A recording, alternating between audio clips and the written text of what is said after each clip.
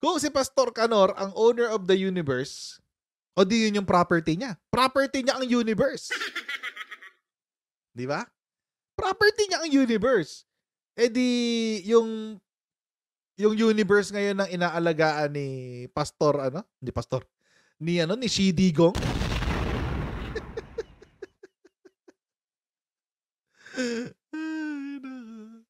Nakakaloka. Ano natin balita, guys. Ito. May kilang naman siya. Sa kapapasok lang na balita, itinalaga bilang bagong administrator ng mga ari-arian ng Kingdom of Jesus Christ ni Pastor Apollo Kibuloy si dating Pangulong Rodrigo Duterte. Ay, shucks. Yan ang inanunsyo ng media arm ng pastor na Sunshine Media Network Incorporated o SMNI ngayong umaga. Pero wala pa silang ibang nilalabas na detalye. Bago ang appointment, kilala ng malapit kay Duterte si Kibuloy na nagsilbi pang spiritual advisor niya noon sa palasyo. Nataon din ang pagtalaga kay Duterte dahil ipinag-utos pa lang ng Korte sa Amerika na buksan na ang nakabinbing arrest warrant laban sa pastor. Mga kapatid, Jess De Los Santos po, wag mag... Owner of the universe na si Digong. Hawak na niya ang universe, guys. Ingat-ingat tayo. Baka pag naka-fentanyl yan, bigla niya malaglag. baka pag naka-fentanyl yan, bigla niya mailaglag ang universe. Maglilindol, ganun, magputo ka ng bulkan.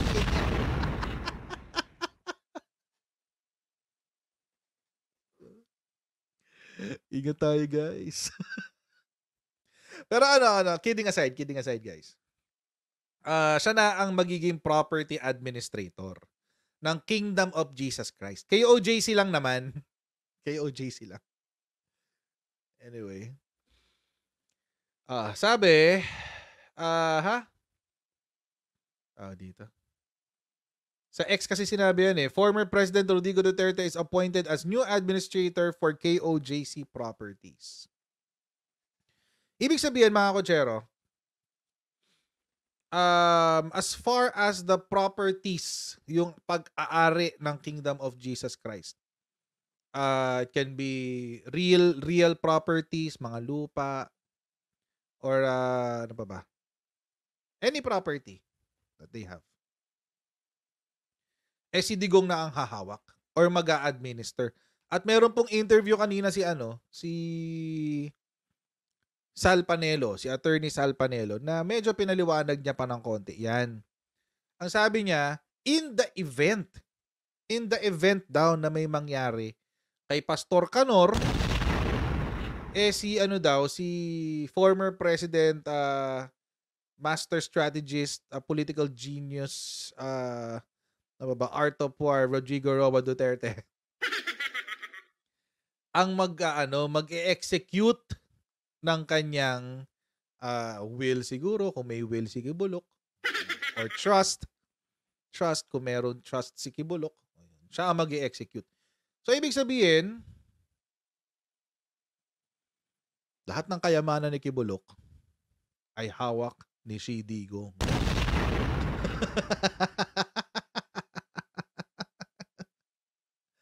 Yun ang yun ang matindi. Si Glory Hole Mountain, hawak na ni Digong. Yung Coliseum na tinatayo, hawak na ni Digong. Yung lahat ng properties, lahat ng real properties, hawak na ni Digong. Ngayon, may theory dyan. Natin putahan yung theory. Kasi nung nabalitaan ko to kanina, napaisip ako, teka, wala bang board members ang Kingdom of Jesus Christ? Kasi they're a non-stock, non-profit organization. As a religious institution, kailangan nila magparehistro. May SEC registration yan. So sa kanilang SEC registration, mga kotsero, I'm sure, maglalagay sila ng Board of Trustees. At mga kotsero, sa Board of Trustees, malinaw po ang ating corporation code dyan. Malinaw po ang ating corporation dyan. Ang ating revised corporation code. Ano po ang sinasabi ng ating revised corporation code pagdating sa board of trustees, directors, board of directors or trustees. Directors kapag profit, board of directors kapag profit ka, for profit na kumpanya, corporation. So, yun yung mga directors. Kapag non-profit ka, trustees. Trustees ka pag non-profit. Okay. Anong sinabi ng ating revised corporation code? Section 22, the board of directors, trustees, of a corporation, qualification and term. Unless otherwise provided in this code, the board of directors or trustees shall exercise corporate powers, conduct all business, and, ano sabi dito? And,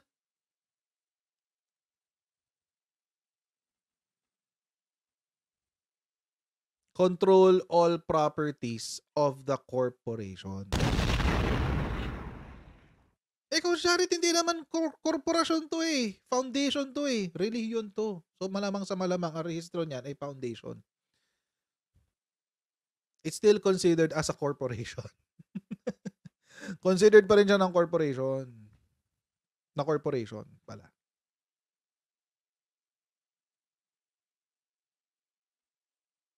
So, ang tanong, napaisip ako eh.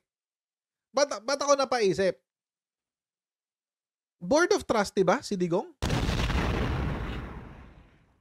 Kasi they have to do it legally. They have to do it legally.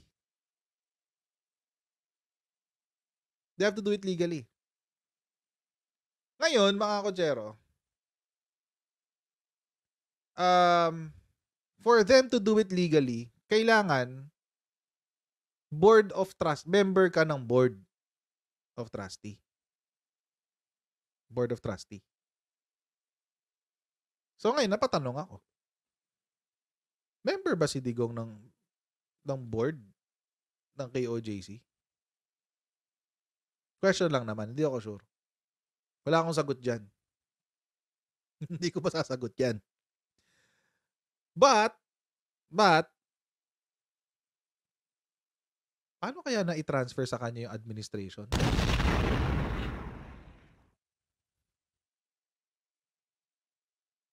Yes, kailangan i-register ang any foundation. Kahit religious institution ka pa, kailangan mo magpa-register sa SEC carding. Kasi kailangan mong bumuo ng corporate entity eh. Kailangan mo magkaroon ng juridical entity. Kailangan mo magkaroon ng juridical identity. Ibig sabihin, etong korporasyon na to ay hiwalay sa pagkatao mo. Pag hindi ka gumawa ng ganon, edi corporation by estoppel. Pero, going back. Masyado naging technical doon sorry. Napigilan ko yung sarili ko. Anyway, going back. Basta kapag ikaw ay magtatayo ng any organization at may intention ka na bumuo ng corporation, whether it is non-profit or for-profit, kailangan mo pa rin i-rehistro yan sa SEC. At kapag nagparehistro ka sa SEC, requirement yon na meron kang board. Kung for-profit, board of directors. Tapos lahat sila may at least 1 share sa korporasyon mo. Kung non-profit naman, trustee, board of trustees. At dapat sila ay member mismo or founding members ng organization mo. So, ang tanong, kung ang sa batas ay nakasulat na ang board of directors or trustees lamang ang may control sa lahat ng properties ng korporasyon, trustee ba si Digong? Trustee kaya siya ng Kingdom of Jesus Christ? I would assume, mga kotsero, na oo. I would think na oo. Kasi alam nyo, mga kotsero, for it to be legal, para maging legal yan, kailangan ganito. Take note, mga kotsero, hindi siya administrator ng properties ni Kibuloy. Magkaiba yun. Magkaiba ho yun. Kapag ikaw ay nagtayo ng isang organisasyon, ng isang legal corporation, yung identity mo ay hiwalay sa identity ng korporasyon. Kasi nga, bumuo ka ng isang artificial being, kumbaga. Meron kang artificial being named Kingdom of Jesus Christ. So, imagine niyo mga kotsero, tao si Kingdom of Jesus Christ. At hiwala yon sa pagkatao ni Kibuloy. Ganun siya. Ganun siya. Ngayon, ang nakabalita, mga kotsero, ayan, si Digong, ang administrator ng properties, hindi ni Kibuloy. Hindi ni Kibuloy, ha? Take note. Hindi ni Kibuloy. Properties ng Kingdom of Jesus Christ, which is a separate entity kay Kibuloy. Hindi natin tatanungin hindi natin iisipin na board member si o board member o board of trustee, BOT, si Digong, kung kay Kibuloy lang. Halimbawa, ako, yung properties ko na nakapangalan sa akin lang yun. Kapag meron ako mga properties na nakapangalan sa korporasyon, pag dinisolve ko yung korporasyon, wala akong habol sa properties nun. Hindi ko pwedeng habulin yun. Pag dinisolve ko yung kumpanya na yun, yung korporasyon na yun. Kasi sa kanya nakapangalan, hindi sa akin. So, kung si Digong, kung pinili ko si Digong na maging administrator ng properties akin na, Coach Jarrett, as Jarrett Pulido, walang problema. Walang problema yon. Kasi, tao ako, at properties ko yun. Pero kung properties ito ng Kingdom of Jesus Christ, na hiwalay na tao, ang nakasulat sa batas natin, dapat board of director ka or board of trustee para magkaroon ng control sa lahat ng properties ng korporasyon. So ngayon, mapapaisip ako, si Digong kaya, board of trustee ng Kingdom of Jesus Christ? Ayun, si alexsanchez.com, sabi niya, pwede yung ikaw, sa'yo yun. Oh, correct. Exactly. Yung akin, pwede yun. Personally, sa akin nakapangalan. Pwede. Pero yung kay Kingdom of Jesus Christ, hindi ko pwedeng basta-basta ibigay yun kung kani-kanino. Kailangan, number 1, sa Board of Trustees. Pangalawa, kailangan pagbobotohan niya ng mga members, ng board members ng BOT. Hindi yun basta-basta. Sabi ni Maya, magkasosyo yan sila, Coach, for sure. Kaya mga kotsero, napaisip ako kanina. Sabi ko, si member kaya si Digong ng Board of Trustee? BOT kaya siya ng Kingdom of Jesus Christ? Kasi mga kotsero, ito pa yung nakakatawa. Ang pagpapaliwanag ni Attorney Panelo, kapag namatay si Kibuloy, yung Kingdom of Jesus Christ properties ay ipapamahagi ni Digong. Mga kotsero, perpetual po kasi ang corporation. Hanggat hindi siya dinidissolve o hanggat hindi siya pinapatay ng isang ng board members, or kapag hindi explicit na nakasulat sa Articles of Incorporation na for 50 years lang mag-i-exist tong korporasyon na to, hindi yan mamamatay. Magtutuloy-tuloy lang yan. So kahit mamatay si Kibs, lahat ng properties na nakapangalan sa Kingdom of Jesus Christ, kay Kingdom of Jesus Christ lang yan. Walang makakakuha dyan. So paano ipapamahagi? Paano ipapamahagi? Diba?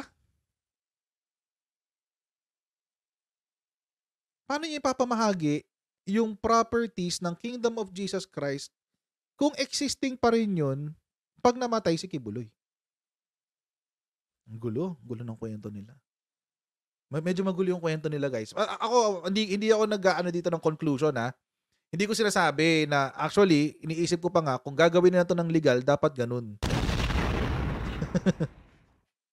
So so iniisip ko, baka board of trustee talaga si Digong ng ano, ng, Kingdom of Jesus Christ.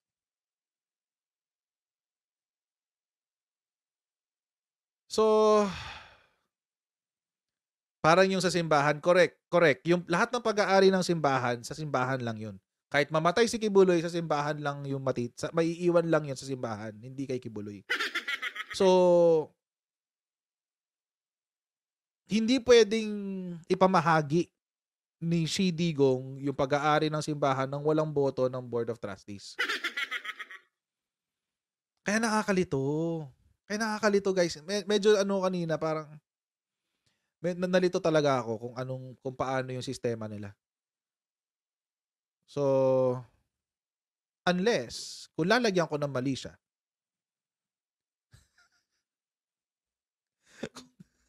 Eto na. Eto na ngayon yung juicy. Hypothetical lang 'to. Oh, hypothetical ha. Hypothetical. Separate talaga, good vibes. Separate talaga yung lahat ng properties ng simbahan ng Kingdom of Jesus Christ ay hiwalay sa personal properties at a real property ni Kibulok. Hiwalayan. Hiwalayan. So, it cannot happen, Arlene Asis, na sole owners, pag final mo yan sa SEC as a non-profit organization, hindi pwedeng ikaw lang.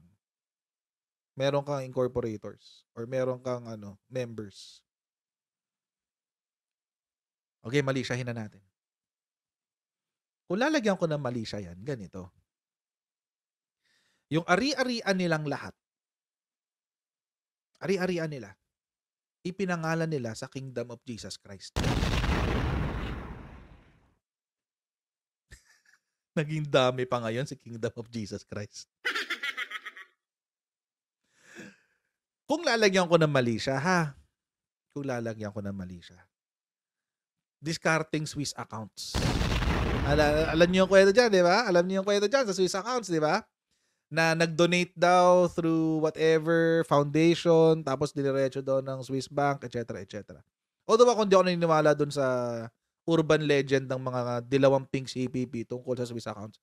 Pero yung logic niya, ganun. Ganun yung logic niya.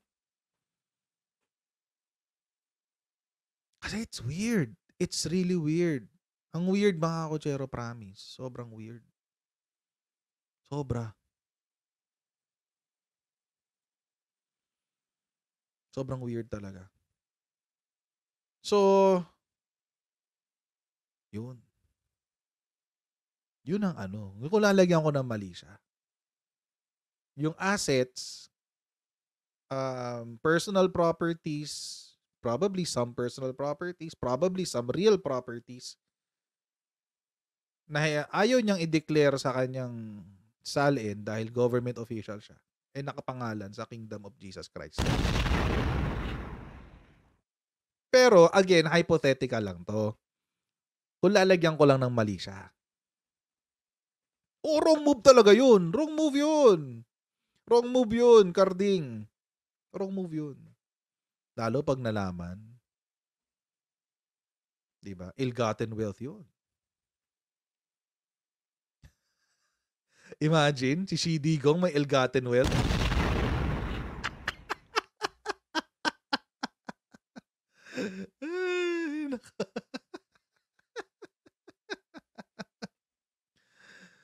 Bakit? Bakit ba hindi natin nakita salin ni Digong? Good question. Good question, Mark Gonzalez. Bakit ba hindi natin nakita yung salin ni Digong? Kasi inutusan niya yung, I think Sandigan Bayan, yung naghahawak ng Is it Sandigan Bayan? Or Office of the Solicitor General? No, Sandigan Bayan.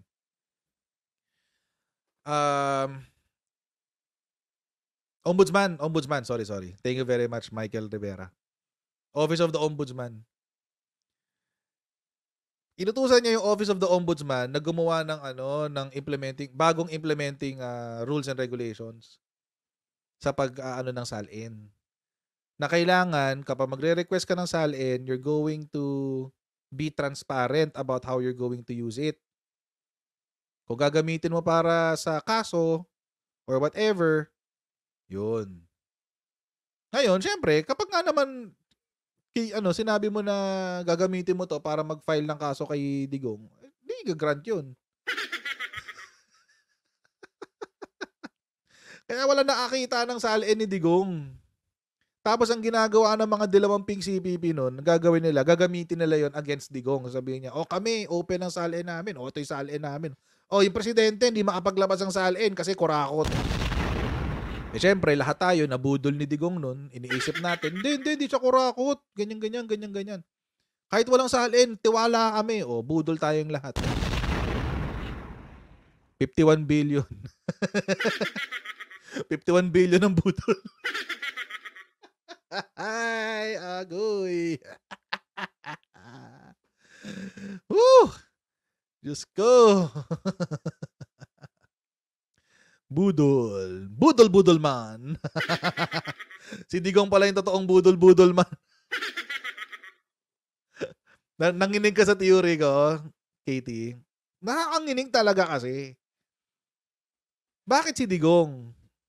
Kung si Digong, di board of trustee siya. Kung board of trustee siya, baka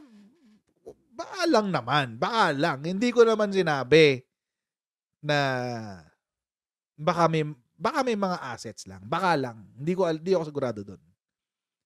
Churi ko lang yun, churi. Kaso nga lang, mga kotsero, mukhang hindi magtatagal yan, yung churi na yan.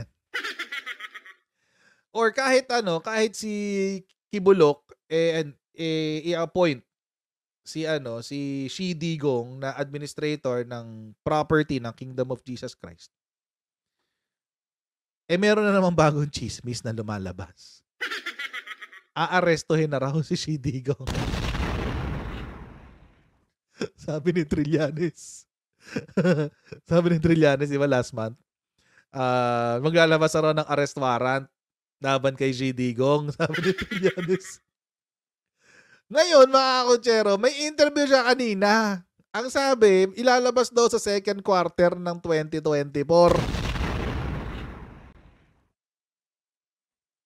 So, ibig sabihin, pag inaresto na si Shi Digong, pag inaresto na si Kibulok, di automatic si Shi Digong na ang hawak ng properties. Automatic yun kasi syempre hindi na siya capable of executing and using whatever. Automatic yun. Si Shi Digong na ang hahawak. Tapos, imagine niyo kung after a few months, 2 or 3 months, biglang si Digong naman ang inaresto.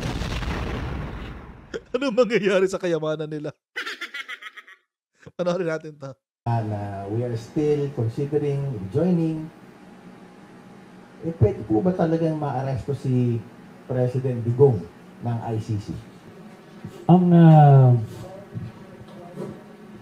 Itong ICC issue na to, maganda nga sir, at nabigyan ng pagkakataon to break this issue down. Ang membership po natin sa ICC from November of 2011 and March of 2019, na-affirm na yan ng Korte Suprema, sir, na meron silang jurisdiction nung panahon ng membro tayo. So, tama yung sinasabi nila na walang jurisdiction ngayon, pero meron silang jurisdiction noon. And in fact, si President Marcos and myself, signatories kami nun sa concurrence ng Senado. So, naniniwala din siya back then about the wisdom and the rationale of being a member of the ICC. Ngayon, ang tanong dito, maaresto ba siya? kung ang pinag-uusapan yung straightforward na membership, since wala namang enforcement power sa ICC, Totoo they yun. use the security officials of the member state to implement yung arrest order. Pero ito ngayon yung technicality na hindi nila nakikita, na ang Pilipinas miyembro ng Interpol. Meaning, Okay. kung ano yung mag-issue ng red notice yung Interpol, ini-implement ng PNP natin. And just recently, nag-request tayo ng pa-issue ng red notice kay Tebes sa Interpol na ini-implement naman ng iba't ibang mga bansa. Ngayon, yung ICC is, meron silang cooperation agreement with Interpol. Meaning, pwede sila magpasa doon ng warrant para ma-issue ng red notice ng Interpol. Therefore, obligado tayo ron kasi bound tayo ng international agreement na yon. Okay. At affirm na yan ng Korte Suprema na yung ating yung jurisdiction nitong mga international organizations na ito ay sumasakop sa atin dahil pinayagan natin silang sumakop sa atin. So Well, yun serang gagamitin. Okay. Naintindihan May flaw din tong sinasabi ni Trillanes. Haba pa ng explanation niya. Palyado din pala. May flaw din to. Ako personally, I believe walang jurisdiction ng ICC sa Pilipinas. Personally. Bakit may flaw? Ano yung flaw dito sa sinasabi ni Trillanes? Sabi niya, may jurisdiction ang ICC noon. Okay, totoo naman yun. May jurisdiction ng ICC noon. Tapos, ano pa ba? Meron dong loophole na who's this? Si Interpol can work with the Philippine, DILG, DFA and DILG dahil sila yung mag-aano ng warrant mag-i-issue. So yun yung ano niya. Yun yung technicality na sinasabi niya. Ang problema dun sa technicality na sinasabi ni Trillanes, ano na yan, stage 2, stage 3 na yan. Ano ibig sabihin? Bago ka pa umabot sa punto ng mag-i-issue ka ng arrest warrant, you have to justify first, binanggit niya kanina, yung jurisdiction. Kaya nga nagsabi si PBBM, we will not work with the ICC. Bakit? Kasi we have a functioning judicial system. We have a functioning judicial system. So, even before you think or even go beyond the stage of before you reach the stage of issuing the warrant of arrest,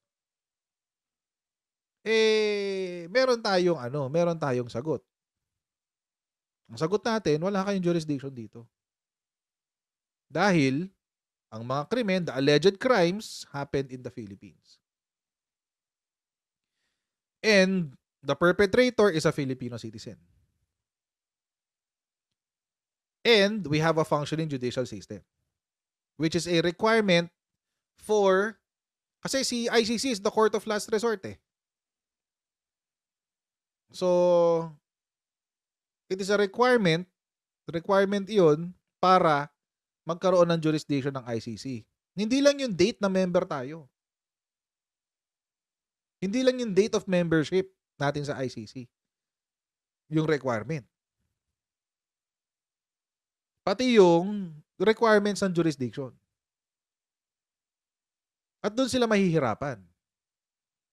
Mas maganda, maghabla na lang dito yung mga yung sinasabi nilang biktima ng war on drugs. Maghabla na lang sila dito sa Pilipinas. Para wala nang question mark. Parang ginawa kay Kibuloy. May kaso sa States, may kaso sa Pilipinas. Diba? Total naman, naniniwala kayo sa sinasabi nyo na si Digong ang tawag dito, promotor ng war on drugs. at pumatay siya ng mga inosenteng Pilipino, o di tuluyan na sa Pilipinas. Diba? O tuloy natin to. Ako na talagang kung gusto nila manggulo, manggugulo talaga. Pero ito yung ironic eh. Nung presidente si Duterte, sabi niya, akong bahala kahit makulong ako, kahit mabulong ako sa kulungan, sagot ko kayo, kahit sa impyerno, lahat-lahat. Pero nung ito na, grabe na, nanginginig na.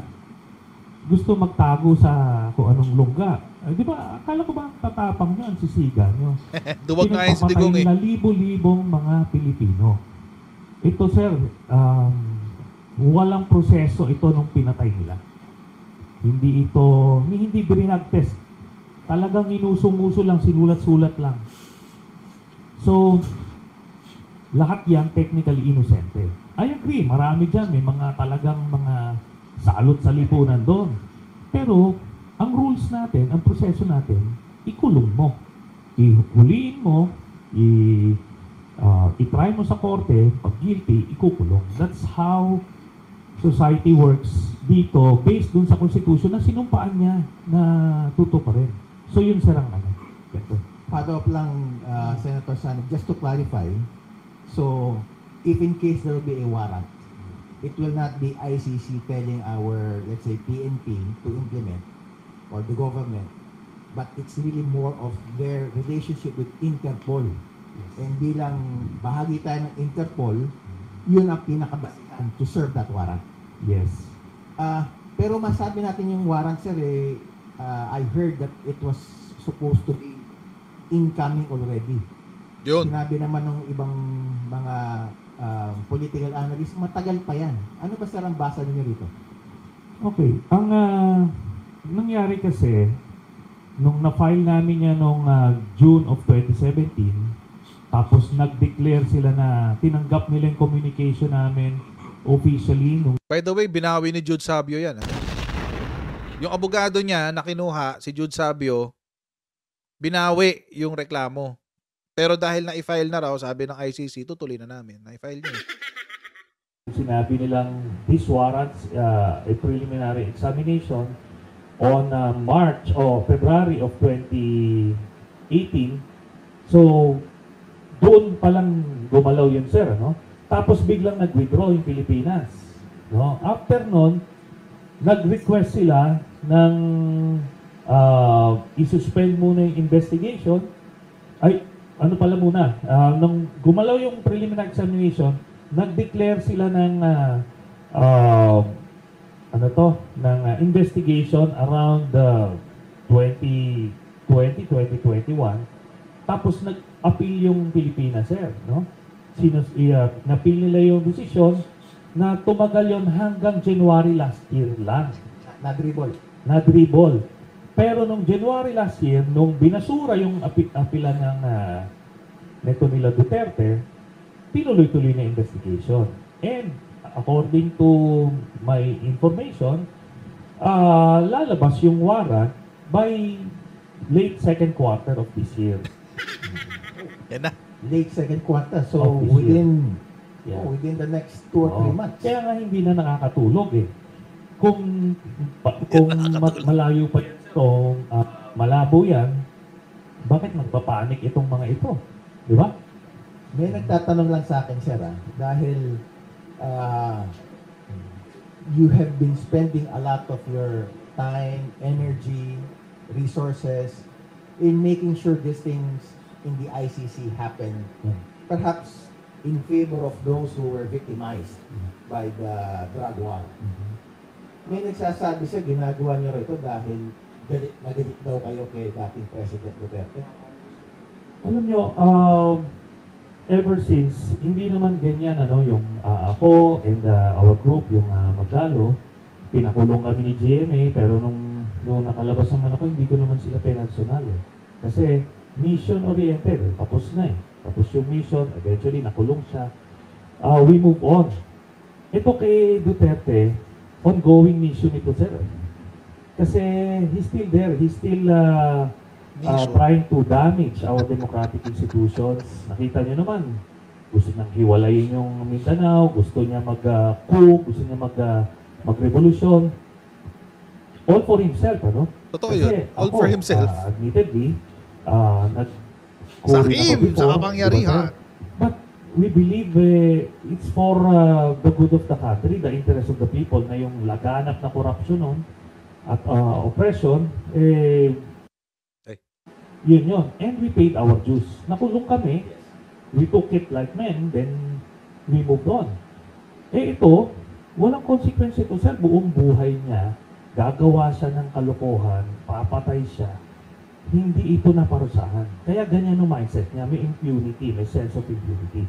Ngayon, sir, in addition dun sa pursuit of justice dun sa mga biktima, ginagawa natin ito para hindi na to maulit in the future.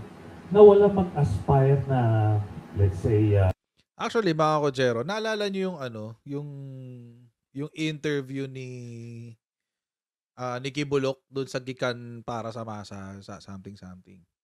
Tapos sinabi ni Digong na actually may confession siya doon eh. Sinabi ko nga yun sa live ko eh. Sabi ko, naku, mga admission to ha. Dapat tanggalin to ni Dapat tanggalin to ni Kibulok. Kasi it's an admission of Digong committing those crimes. Kaya nga na-i-forward uli yun eh. Tingnan nyo. Kaya nga na-i-forward uli yun sa sa ICC. Kasi it's an admission. It's really saying na pinapatay ko silang lahat. Simula Davao. Yung sa Davao, naalala nyo yun? Yung sa Davao daw, kaya daw, para daw linisin niya yun, pinapatay daw niya lahat ng adik. Diba?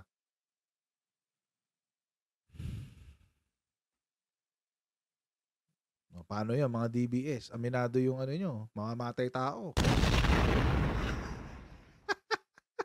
Aminado yung Tatay Diggs yung mga matay tao siya.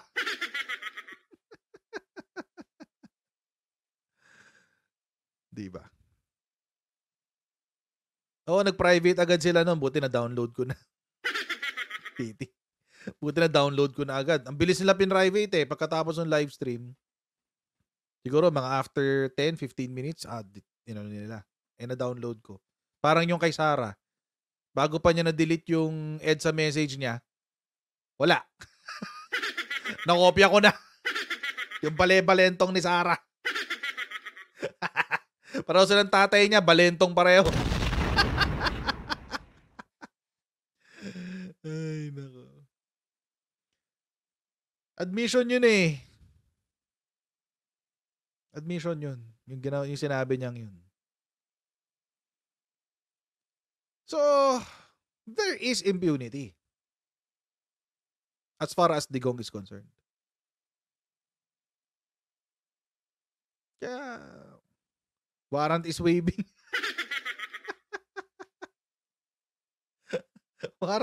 Warrant is waiving, guys. So, para saan pa yung pagiging administrator niya? Kung after a few months, arestuhin na siya.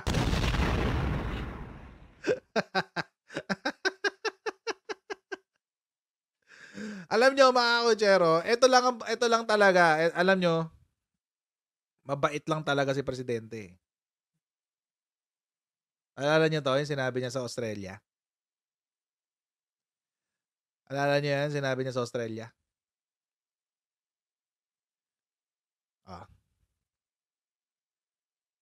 Anong sinabi? We don't play politics with sovereignty.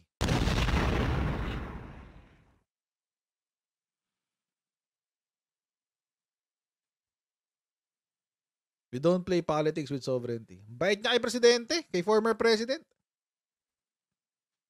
Swerte ni Digong.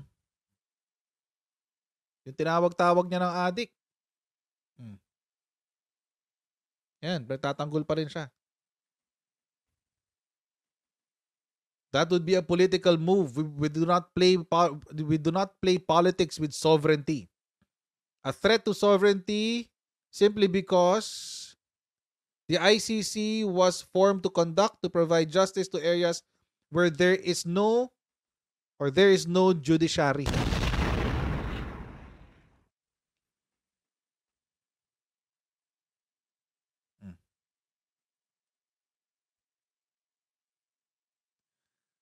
So, paano ngayon yan? Ilang buwan na lang. Arestuhin na yung Tatay Digong nyo. Ang tapos, nagtatanggol pa sa Tatay Digong nyo. Si Presidente. Tapos, anong gusto nyo mangyari? Sabi dun sa Liwasan Bonifacio, kailangan na raw mag-resign ni PBBM.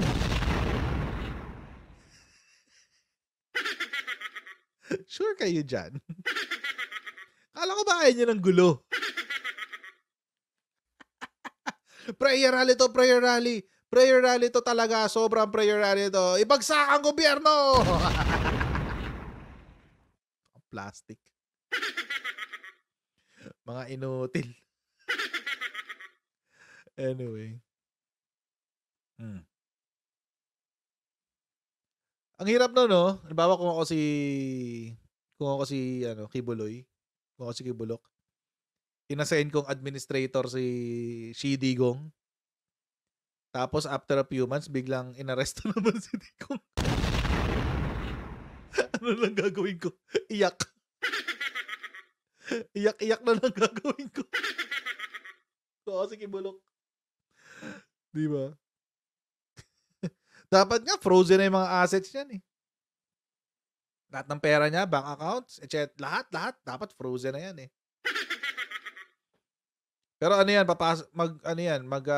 papasok yan kapag pag na-file na yung extradition. Or kung magkaroon ng court order yung sa Pilipinas. Yun, baka ma-freeze yung assets niya.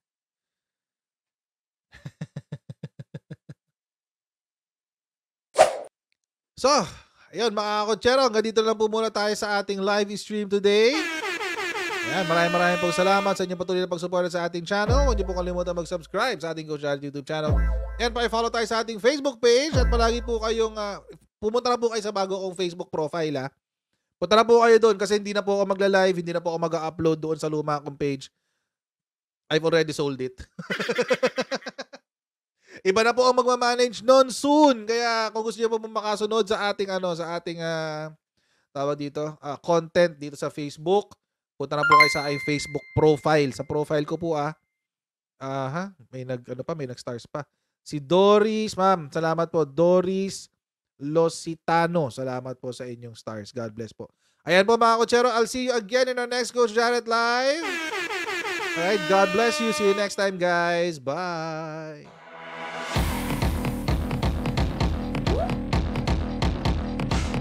Huwag ganun. Huwag natin gawing tanga mga Pilipino. Mas maganda kasi nasa lugar ka ng tama kaysa yung pinipilit mo yung pagkakamali.